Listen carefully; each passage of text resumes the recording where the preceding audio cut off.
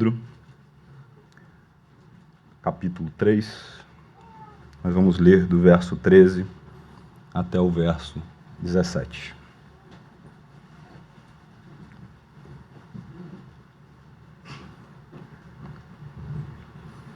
Diz assim a palavra de Deus: Ora, quem há de maltratá-lo se vocês forem zelosos na prática do bem?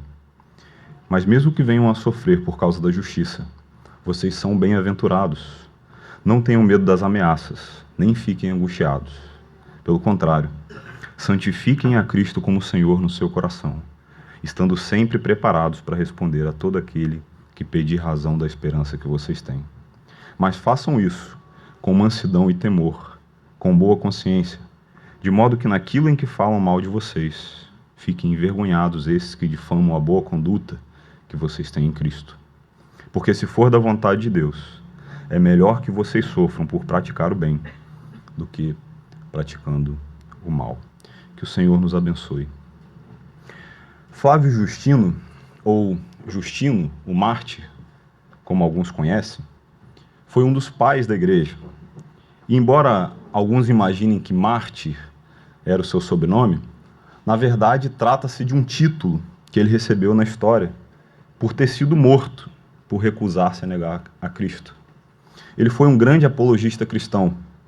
Depois de se converter, Justino adotou a indumentária típica de um filósofo e começou a servir como mestre autônomo em Éfeso. E mais tarde, posteriormente, em Roma. Ele cria que o ministério envolvia a educação dos cristãos convertidos e a defesa apologética da verdadeira fé contra os pagãos e os judeus. Mas ele sofreu oposição e logo fez inimigos no início da sua caminhada. Um deles era o mestre chamado Crescêncio, que era adepto da doutrina ou das doutrinas do cinismo, uma das escolas filosóficas que competia com o cristianismo em busca de convertidos. Crescêncio, em sua essência, ele tinha o intuito de chamar os cristãos, de ateus e ímpios, para agradar a multidão que o seguia. Observe isso. Então, Justino, o mártir, ou Flávio Justino, faz algumas perguntas para Crescêncio em público, o que revela para todo mundo, toda a audiência que havia naquele momento, a audiência que os assistia, que Crescêncio não sabia nada sobre a fé cristã. E após esse ocorrido, Crescêncio e outros intelectuais, eles começam a tramar a morte de Justino, principalmente aqueles que haviam sido refutados por ele. Pouco tempo depois, Justino foi levado a comparecer perante autoridades romanas. E eu gostaria de ler para vocês, irmãos, um pequeno trecho de uma ata datada em 165 d.C., que relata o julgamento de Justino diante do prefeito de Roma. Seu nome era Rústico. E em sua interpelação, Rústico perguntou a Justino: quais são as suas crenças? Ao que Justino respondeu: professamos com reverência a fé no Deus cristão, que acreditamos ser desde sempre o único arquiteto de todo o universo criado. E acreditamos em Jesus Cristo, o Filho de Deus, cuja vinda à raça humana, como mensageiro da salvação e mestre de doutrinas excelentes, havia sido anunciado pelos profetas. Considero que tudo isso que digo conta muito pouco em comparação com a divindade de Cristo. Também reconheço um poder profético infalível, a saber, as profecias anunciadas acerca daquele que acabo de declarar ser o Filho de Deus. Porque vocês devem saber que em épocas passadas os profetas predisseram que haveria de surgir entre nós o Messias. E voltando-se outra vez para Justino, o prefeito disse: você está convencido de que se eu mandar açoitá-lo e ordenar que lhe cortem a cabeça, você supõe que irá para o céu? Ao que Justino respondeu: não apenas suponho, mas tenho certeza absoluta. Se vocês não me obedecerem, alertou o prefeito Rústico, serão punidos. Mas Justino respondeu: se formos punidos, temos a promessa certa da salvação. E foi assim, irmãos, que Justino e outros mártires, glorificando a Deus, dirigiram-se para o lugar designado. E ali cumpriram seu martírio, confessando a Cristo. A cultura em que nós vivemos hoje é hostil ao Evangelho. Os valores e conceitos do mundo, eles são baseados em experiências fracassadas de povos que não obtiveram sucesso. Mas apesar desse problema ele ser constante em nossos dias, a hostilidade à fé cristã não é algo novo. Indignação, medo, confusão, raiva, desistência, muitas dessas palavras estão presentes na maneira como nós respondemos à oposição ou reagimos a ela. E essas atitudes estão longe do plano de Deus para o cristão.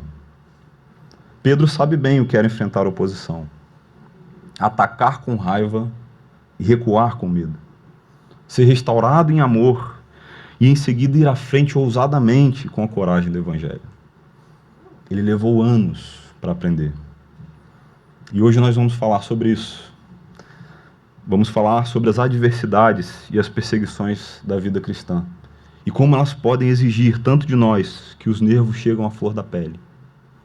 Vamos falar sobre qual é a ação que você deve tomar quando esse tipo de situação bater a porta e de como Pedro aprendeu com Cristo e ele quer nos ensinar. Vamos lembrar também, irmãos, que somos de outro mundo, somos de outro lugar. E o nosso chamado consiste em convidar outras pessoas para viver a eternidade nesse lugar, onde não haverá guerras, lágrimas e oposição. Pois bem, o apóstolo Pedro, como eu já disse no início, é o autor aqui dessa carta. E ele tem o intuito de escrever essa carta em maioria aos gentios.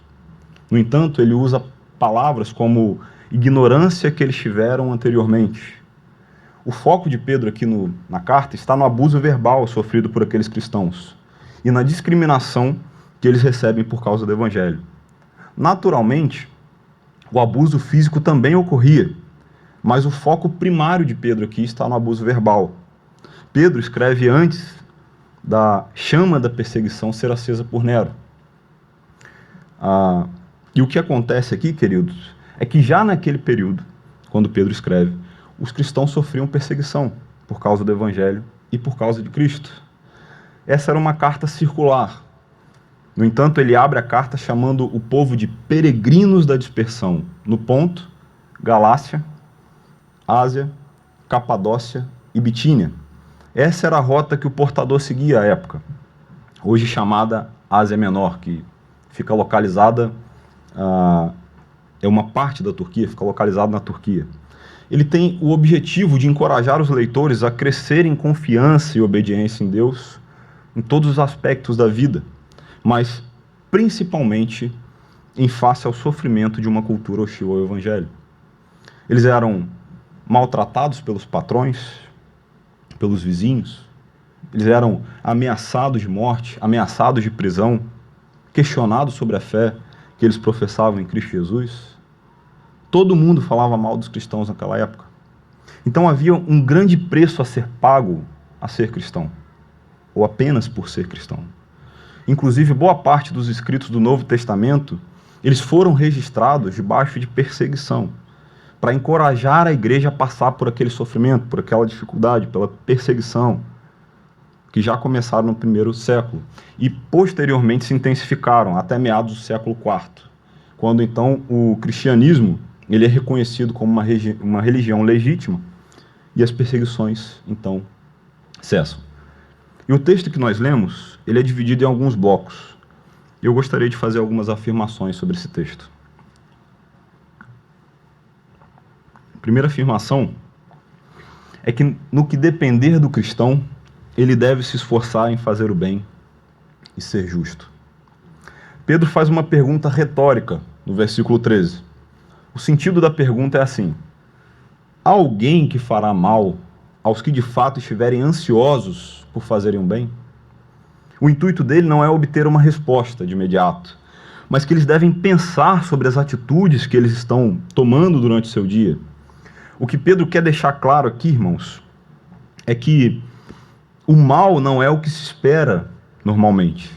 Porque, em via de regra, aqueles que fazem o que é certo, eles são recompensados e não castigados. Se você investe, por exemplo, tempos e recursos numa faculdade, num curso, ou até mesmo no seu trabalho, você certamente espera ser recompensado por isso. O objetivo da sua dedicação em fazer aquilo que é bom é, no fim, ser recompensado por esse esforço, por esse tempo de dedicação. É por isso que Pedro argumenta sobre a obviedade acerca do que é normal, do que é natural. E o seu intuito é abordar os cristãos e alertar para que eles façam tudo o que estiver ao seu alcance para fazer o bem, para fazer boas obras. O princípio que está em tela aqui, então, no verso 13, é o princípio do retorno. Ora, poderia alguém plantar cenouras e colher chuchu? É óbvio que não, claro que não. Então ele trata a regra geral. No que depender de você como cristão, faça o possível para que o nome de Cristo seja glorificado através dos seus atos. Segunda afirmação sobre o texto. Em tempos de perseguição, lembre-se que você é abençoado. No verso 14, na parte A, Pedro ele trata de uma questão específica. Ele reconhece agora que a pergunta inicial do verso 13 é a regra. Mas há um contexto de perseguição por causa da pregação do Evangelho. E ele trata também a exceção agora. Agora, pela primeira vez, ele vai examinar aqui a perseguição por parte dos incrédulos abertamente na carta. Ele até faz menção anteriormente, mas agora ele trata do assunto com mais tempo. E o seu intuito é pedagógico. Primeiro ele trata o que está ao seu alcance. Observe. Ou seja, aquilo que os cristãos podem mudar acerca do seu comportamento, do seu testemunho como servos de Cristo. E após essa mudança de comportamento, não havendo mais o que os incrédulos pudessem acusá-lo, agora ele trata o problema exterior. Pedro trata o coração daqueles servos feridos, irmãos, pelos incrédulos. Porque naturalmente nós somos tendenciosos a absorver a perseguição a Cristo como uma perseguição a nós mesmos. Já pararam para pensar sobre isso? Ouçam, muitas vezes você não é perseguido por suas características pessoais de vestimenta, por sua cognição, por suas características físicas. Você é perseguido porque a mensagem do Evangelho é loucura para aqueles que não estão em Cristo. E o autor aqui não quer que os resquícios das atitudes daqueles cristãos sejam o motivo do sofrimento deles. Então, o alerta do apóstolo Pedro é o seguinte: façam o que estiver ao seu alcance para fazer o bem a todos. E muitas vezes, irmãos, quando os cristãos estão passando por dificuldades, por adversidades da vida, recebem uma palavra de consolo que diz assim: não se preocupe, quando essa adversidade passar, você vai receber uma bênção. O Senhor vai te abençoar. Não é assim? Mas não é essa aqui a lógica gospel que o texto está aplicando. Observe, no verso 14, Pedro usa as palavras bem-aventurados, ou sereis abençoados, em outras versões. O texto original ele não contém um verbo, mas um adjetivo que se aplica no plural. E isso indica para nós que a bênção que o autor está falando aqui, ela vem junto com o sofrimento, durante o sofrimento e não depois, como alguns sugerem. A palavra usada aqui do original é makarios. E essa palavra, ela sugere para nós que sofrer ou ser perseguido por evangelho é uma bênção. O texto não está dizendo também, irmãos, que ser cristão é igual a sofrer a vida inteira, como alguns podem deduzir. Afinal, há alegrias também na vida do cristão. Mas há aqui uma verdade inseparável. Então Pedro faz uma referência ao Sermão do Monte, quando ele mesmo estava presente no sermão de Jesus. Mateus 5, verso 11, que diz assim: bem-aventurados são vocês quando por minha causa os insultarem e os perseguirem, e mentindo, disserem todo o mal contra vocês. Ser perseguido, irmãos, pelo Evangelho é uma honra para nós. Pois bem, terceira afirmação: mantenha a sua confiança em Cristo. No verso 14, ainda, Observe como Pedro diz: não tenham medo das ameaças e nem fiquem angustiados. Pois bem, você não precisa ficar assustado quando isso acontecer. O intuito aqui é que você não precisa ter medo quando enfrentar uma oposição hostil.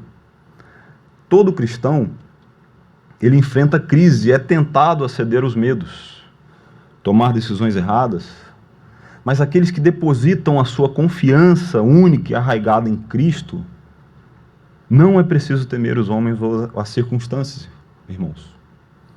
É isso que o Pedro está dizendo para nós. Quarta e última afirmação: esteja preparado para dar razão da sua fé quando você fizer o bem. Aqui, um diagnóstico de um paciente. E o problema desse paciente aqui é o medo, a preocupação, a ansiedade, a angústia.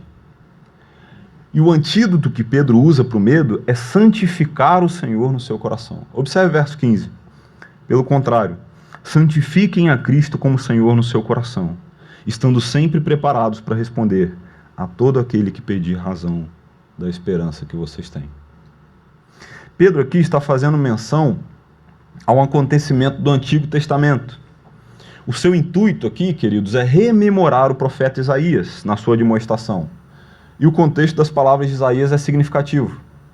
Acais, rei de Judá, enfrentava aqui uma crise em função de uma invasão iminente do exército assírio.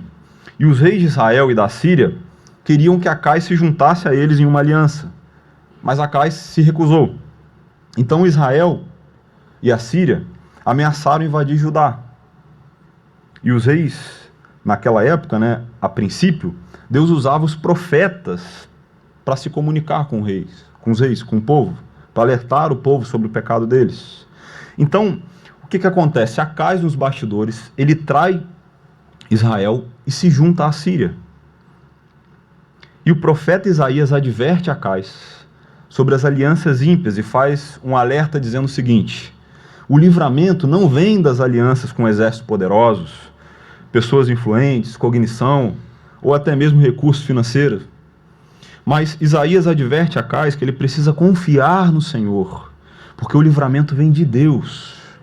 Isaías 8, verso 13, vai dizer o seguinte: ao Senhor dos exércitos, a Ele vocês devem santificar, é a Ele que devem temer, é dele que devem ter pavor.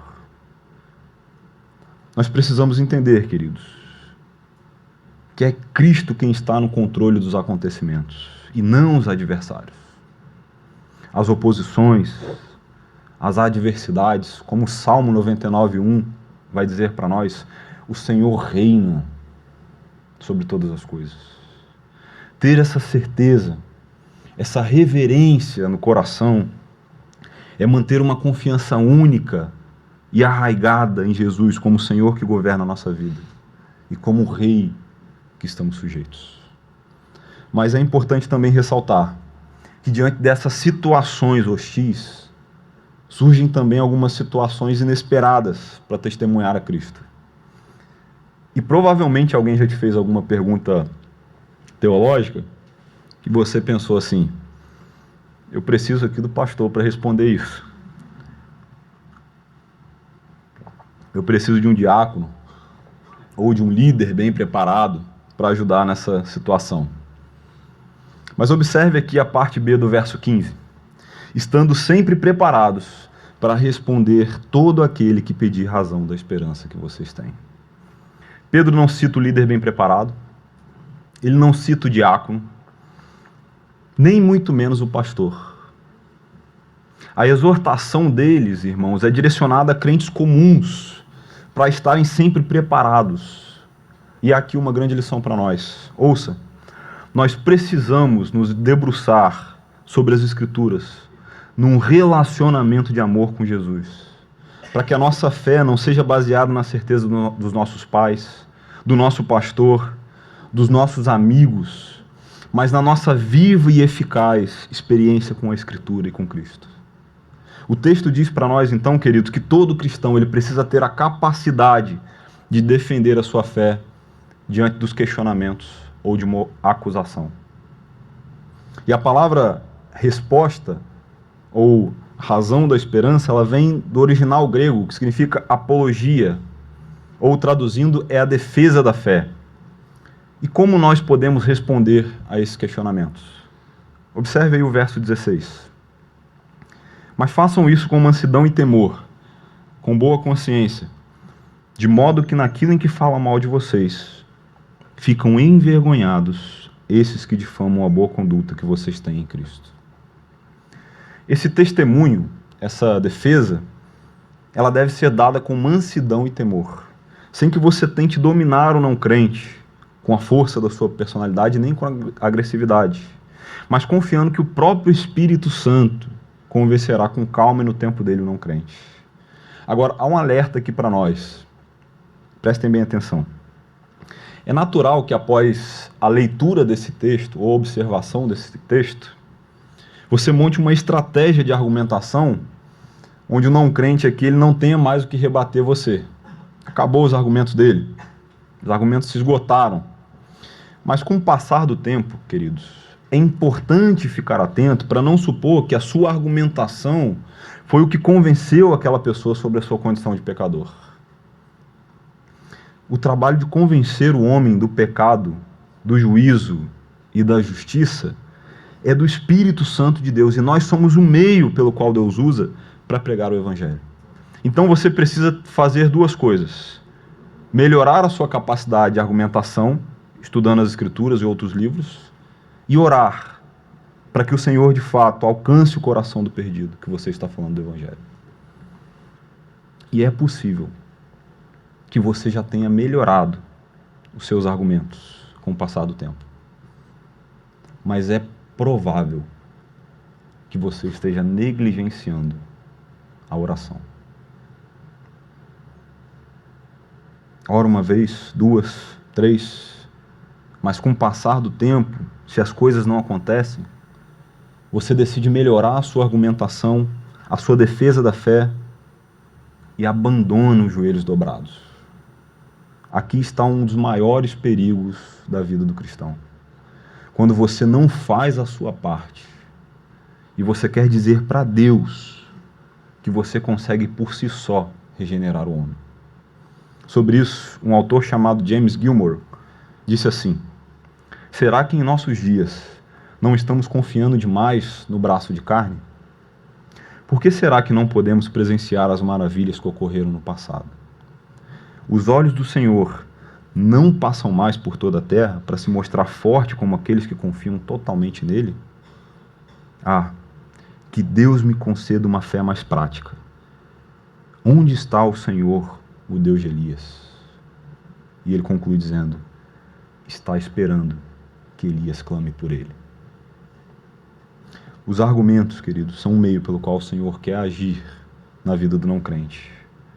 Mas você precisa pregar e pensar na pregação do Evangelho e a oração como duas asas de um pássaro. As duas são importantes. Elas caminham juntas.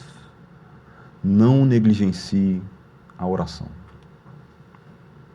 Matthew Henry, um puritano, ele vai dizer assim: sempre que Deus tenciona a exercer misericórdia para com seu povo, a primeira coisa que ele faz é levá-lo a orar.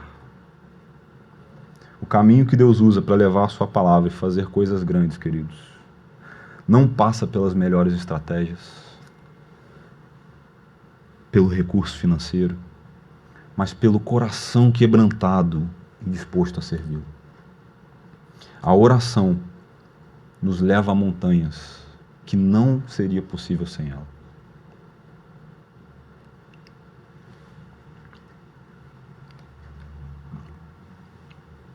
E a palavra aqui, envergonhado, na segunda parte do verso 16, não é uma humilhação pública, mas a ideia é mostrar um peso sobre a consciência do não crente. Então, observe, ele te trata mal por causa da sua fé e você trata ele com respeito e amor. Ele te questiona no intuito que você incorra em algum erro e você está preparado para responder. Ele fica irritado, nervoso, Quer acabar com a conversa logo? Fala mais alto? Mas você é manso. Então a esperança de que os adversários eles serão envergonhados não dá a entender que a vergonha deles seja algo bom em si, mas que resultará no silenciar da calúnia. E depois vai fazê-lo refletir sobre o Evangelho e crer nele. Mas por que que aqui é melhor sofrer por fazer o bem do que fazer o mal? O que vocês acham? Bom mesmo é não sofrer por nenhum dos dois, né? Mas é porque o sofrimento injusto, suportado com paciência, ele é tão notável, queridos, que ele se torna um forte testemunho. E esse testemunho ele pode conduzir o não crente à salvação. Imagine você estar preso por fazer algo errado, ir contra a lei e dizer assim: eu estou aqui porque eu sou um cristão. Não faz sentido. É por isso que Pedro argumenta que esse tipo de sofrimento injusto é muito melhor, porque dificilmente um sofrimento merecido serviria de testemunho para os outros. E eu gostaria de fazer algumas aplicações práticas aqui sobre esse texto. Primeira aplicação: faça amizades intencionais e não despreze as oportunidades. As pessoas que estão passando por perseguições e adversidades, elas tendem por si só a se fechar nos relacionamentos. O sofrimento de anos, ou até mesmo uma perseguição injusta, pode desanimar o seu coração. Mas as amizades, queridos, elas são um lenitivo da graça, para nos manter firmes no caminho. Se você já passou ou está passando por algum momento de pressão muito grande, onde você acha que não havia solução ou não há solução, e algum amigo veio te socorrer, você sabe do que eu estou falando. As amizades cristãs, elas nos mantêm nos trilhos quando as dificuldades chegam. Há uma frase muito conhecida que diz assim: o reino de Deus é um reino de amigos. E o pensamento sobre amizade, ele soa vazio porque nós esvaziamos a ideia de amizade. No mundo hostil ao Evangelho, o conceito de amigo é aquele que te convida para tudo, é aquele que não te exorta, que não te repreende, faz tudo o que você quer. Esse é o conceito. Mas contrapondo o mundo, a Escritura Sagrada, no livro de Provérbios, ele diz que um verdadeiro amigo, ele nos ama o suficiente para nos causar feridas leais. É assim, por exemplo, que começa a nossa amizade com Cristo. O Evangelho é uma mensagem que fere antes de curar. Ouça, o pastor Drew Hunter ele vai dizer o seguinte: o nosso relacionamento com as pessoas é uma espécie de retrato 3x4 do nosso relacionamento com Deus. O quão alto ou o quão baixo estimamos a amizade com Deus irá mostrar quão alto ou quão baixo estimamos a nossa amizade com as pessoas. E atualmente essa estima se encontra em ponto baixo. E ele continua dizendo, contando um relato de uma história que aconteceu com um amigo da igreja dele. Seu nome era Greg. E ele diz que Greg contou essa história. Sua esposa ela deu uma festa de aniversário para comemorar os seus 50 anos. E muitas pessoas foram à festa, porque ele era muito conhecido e querido. Mas nos dias após a festa, os dias que sucederam a festa, ele parou para pensar em todas essas pessoas que foram ao seu aniversário. E um pensamento preocupante lhe ocorreu. Ele percebeu que a única pessoa que o conhecia, ou melhor, que melhor o conhecia, era sua esposa. Os homens que melhor o conheciam, não o conheciam realmente. Eles não conheciam seus pensamentos, suas esperanças, seus medos, suas incertezas mais profundas. E ele também não os conhecia de verdade. Então, depois disso, a história narra de Greg que ele deu passos para aprofundar as suas amizades. E ele começou a se encontrar regularmente com um grupo de homens da igreja. E desde então ele está desfrutando de amizades mais verdadeiras. Como essa experiência aqui, irmãos, muitos de nós vivemos como amigos de muitos e ainda como amigos de ninguém. Muito do que chamamos de amizade é um pouco mais do que profundidade, ou melhor, um pouco mais de proximidade. O nosso relacionamento com as pessoas, ele pode mostrar muitas coisas, mas mostra principalmente como é o nosso relacionamento com Deus. E as amizades, elas são importantes no processo de acusações injustas. Martinho Lutero, por exemplo, reformador do século XVI, ele conta que passava por momentos difíceis, onde não foram poucas as vezes que ele se sentiu desanimado, cansado e oprimido pelas perseguições.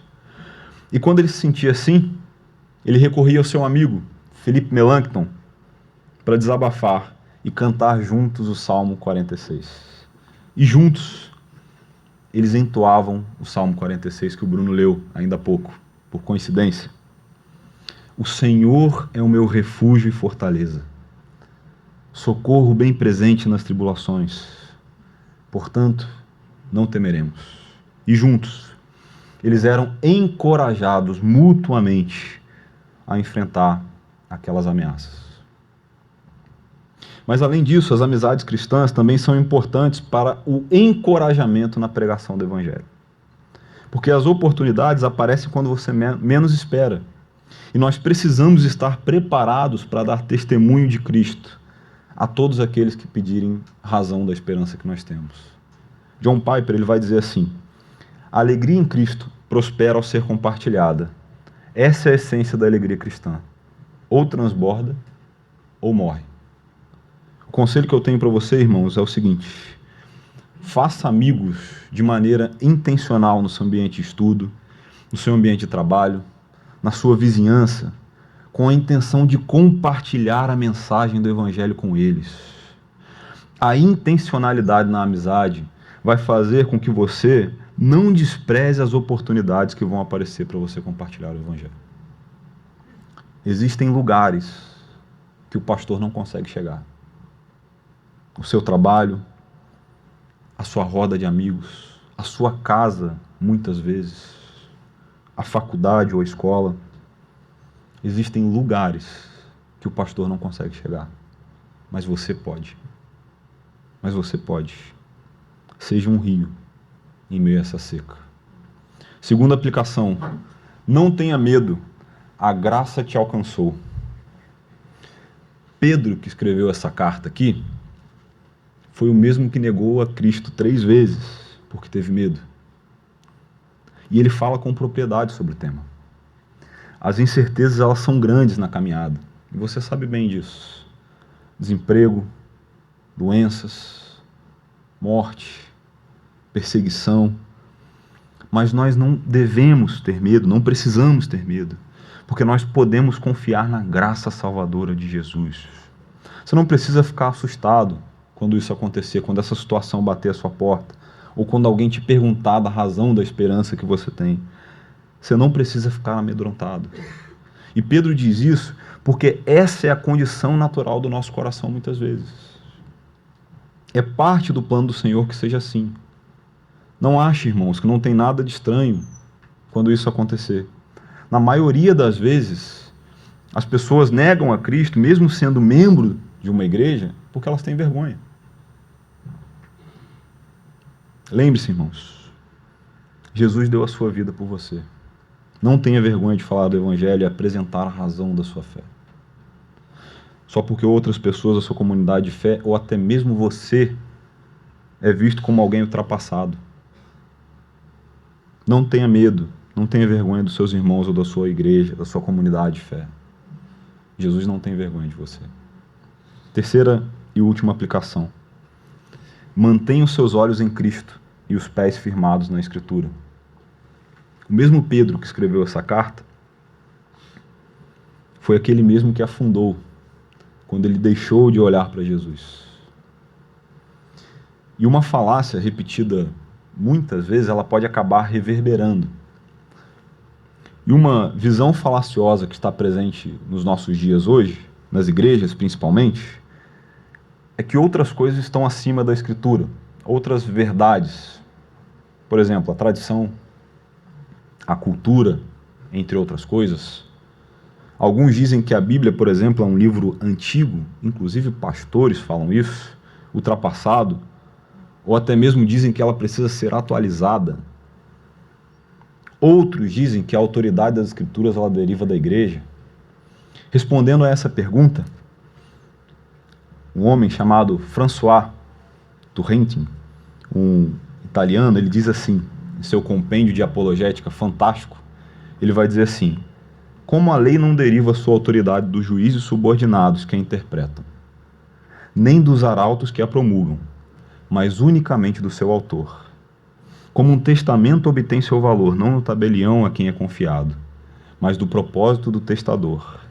Como uma norma tem o poder de governar por sua perfeição inerente, não do artífice que a usa.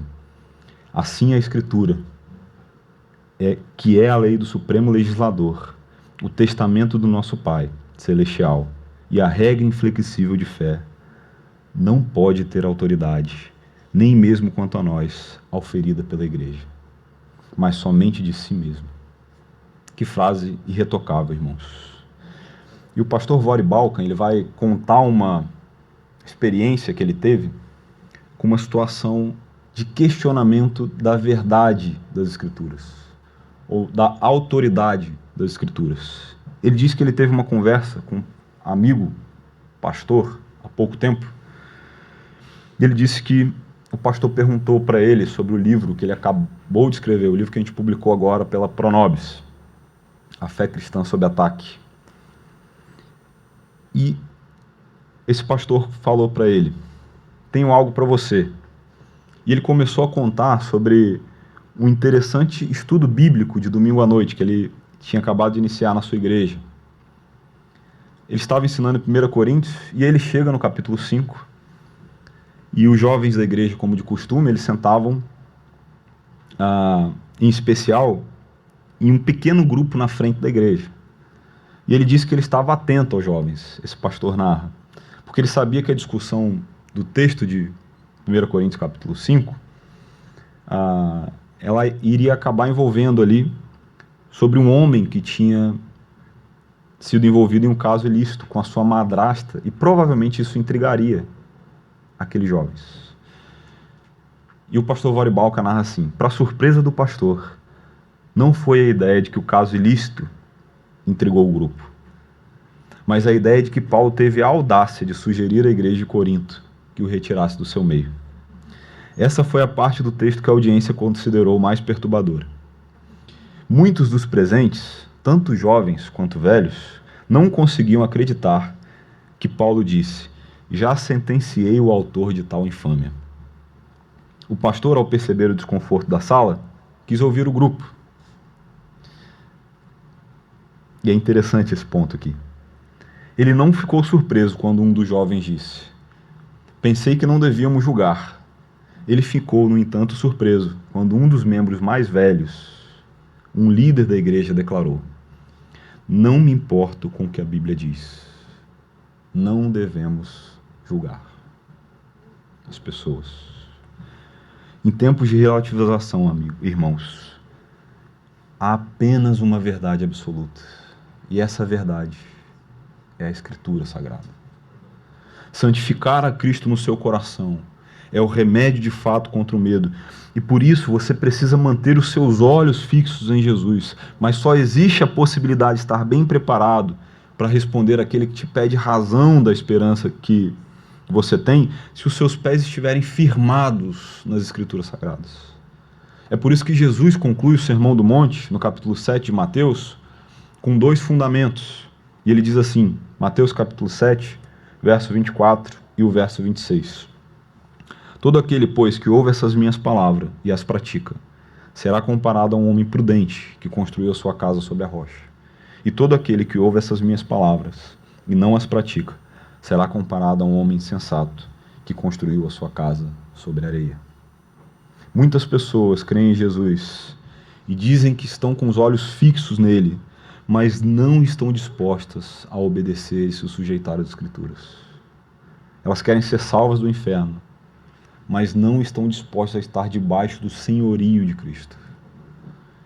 E na nossa vida, irmãos, existem várias áreas que nós podemos argumentar sobre alguns assuntos e não é necessário que você mude de vida. Você já parou para pensar sobre isso? Por exemplo, você pode argumentar sobre o seu time de futebol e na maioria das conversas as pessoas ficam exaltadas, nervosas e até mesmo agressões físicas por esse tema. Então, é possível que alguma área da sua vida você consiga argumentar sobre alguma coisa específica sem mansidão e temor, não é verdade? Mas imagina você argumentando sobre o evangelho dessa forma, com uma abordagem cáustica, sem respeito. Quem vai te ouvir? Você está falando de uma mensagem que transformou a sua vida, mas isso não reflete nas suas atitudes. Se a sua vida aponta para o contrário, a pessoa vai ficar confusa. Vai apontar para o seu mau procedimento. Então a nossa fonte, queridos, o nosso fundamento, ele deve ser as Sagradas Escrituras. Deus revela na Bíblia tudo o que Ele espera de você. Se não está na Bíblia, Ele não espera de você. E não há outra fonte de conhecimento que sobreponha isso. Já caminhando para o final, eu gostaria de fazer mais uma última afirmação. E a afirmação é a seguinte: as suas experiências são importantes, mas não pode ser o parâmetro para guiar a sua vida. Há jovens e idosos que baseiam as suas ações na sua experiência de vida. Mas a idade não é uma referência para que você seja sábio. O pastor Clay tem falado isso aqui com frequência. Ou que você tenha uma vida de relacionamento com Deus. E quanto mais cedo você aprender isso, mais feliz você será. Pense na sua vida, por exemplo. Quantas vezes você já mudou de opinião em relação a alguma coisa? Ou de ideia em relação a algo? Das coisas mais simples às mais complexas. Queria ser bombeiro, se tornou um professor. Falava mal de alguma coisa, acabou pagando a língua depois. Era ateu, agora se tornou um cristão. As experiências, elas mudam a nossa forma de pensar sobre a vida. Porque um conselho que você deu há 10 anos antes, ou 10 anos atrás, certamente você não daria hoje. Provavelmente você não daria hoje. E se você está sujeito às mudanças, quer sejam elas boas ou ruins, o que é então que nunca mudou e que nunca vai mudar? As Escrituras, irmãos. O Evangelho não é sobre nós, é sobre Cristo. A mensagem é a mesma. Ele padeceu pelos nossos pecados, foi crucificado, morto, mas ao terceiro dia ele ressuscitou e foi assunto aos céus, está à direita de Deus. Ele reina, ele vive, está sobre todas as coisas. E eu anotei uma ilustração que eu queria compartilhar com vocês. Manuel Bandeira, grande autor, ele escreveu um poema. E nas horas mais tristes da vida dele, ele lembrava de um lugar chamado Passárgada, um lugar que não existia, onde tudo cooperava para o sonho dele. E a expectativa fantasiosa de Manuel Bandeira era de uma alegria duradoura quando essa vida acabar. E ele diz assim nesse poema: eu vou-me embora para Passárgada, é o tema. Eu vou-me embora para Passárgada. Lá eu sou amigo do rei. Lá eu tenho a mulher que eu quero, na cama que escolherei. Eu vou-me embora para Passárgada. Aqui eu não sou feliz. Lá a existência é uma aventura, de tal modo inconsequente que Joana, a louca, de Espanha, rainha e falsa demente, vem a ser contraparente da nora que nunca tive. E como farei ginástica, andarei de bicicleta, montarei em um burro brabo, subirei num pau de sebo, tomarei banhos de mar, e quando estiver cansado, deito na beira do rio, quando a mãe d'água passar, para me contar as histórias que no tempo de eu menino Rosa vinha me contar. Eu vou-me embora para Passárgada, e quando eu estiver mais triste de não ter jeito, quando a noite me der vontade de me matar, lá eu sou amigo do rei. Teria a mulher que eu quero, na cama que escolherei. Eu vou-me embora para Passárgada. Manuel Bandeira estava errado, irmãos, ao sonhar e planejar um lugar que nunca existia e nunca vai existir. Mas a nossa certeza e esperança como cristãos é que há um lugar nos esperando e que ao findar do labor dessa vida nós entraremos no céu e toda dor, todo sofrer, toda angústia e oposição cessarão. Lá não há democracia. Nesse lugar, todos os reis e governantes que passaram pela face da terra não concorrerão ao trono, porque ele já está ocupado. E os reis e governantes terão de se dobrar diante daquele que reina e domina para todo sempre, que é Cristo. Parafraseando Manuel Bandeira, eu queria dizer: eu vou-me embora para o céu. Lá eu sou filho do rei. Para concluir, irmãos, eu queria te convidar a abrir as Escrituras no texto de Mateus, capítulo 25. Nós vamos ler o verso 34, que diz assim: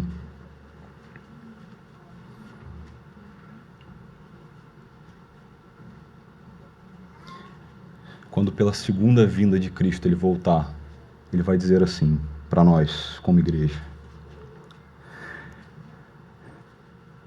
então dirá o rei aos que estiverem à sua direita: vinde, benditos de meu Pai, entrai na posse do reino que vos está preparado desde a fundação do mundo.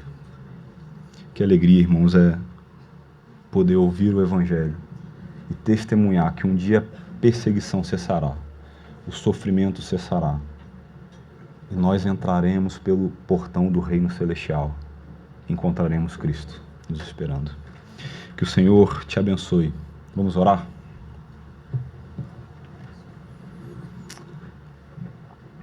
Senhor, obrigado, Deus, pelas verdades inabaláveis do seu Evangelho, Senhor.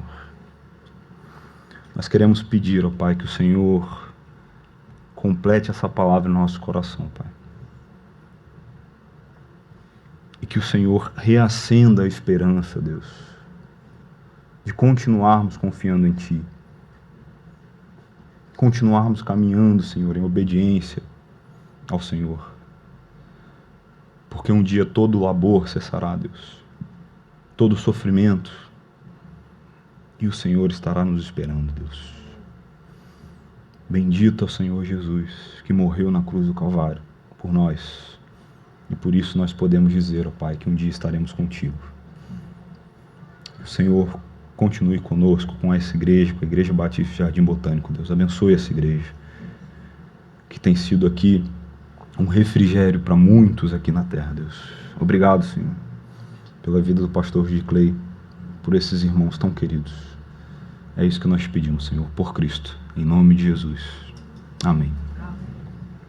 Tudo que tens feito, por tudo que vais fazer, por tuas promessas e tudo que és, eu quero te agradecer com todo o meu ser. Te agradeço, meu Senhor. Te agradeço, meu Senhor. Te agradeço por me libertar e salvar, por ter morrido em meu lugar. Te agradeço, Jesus, te agradeço. Eu te agradeço, te agradeço por tudo que tens feito, por tudo que vais fazer, por tuas promessas e tudo que és. Eu quero te agradecer com todo o meu ser. E aí? Te agradeço. meu Senhor, te agradeço, meu Senhor, te agradeço por me libertar e salvar.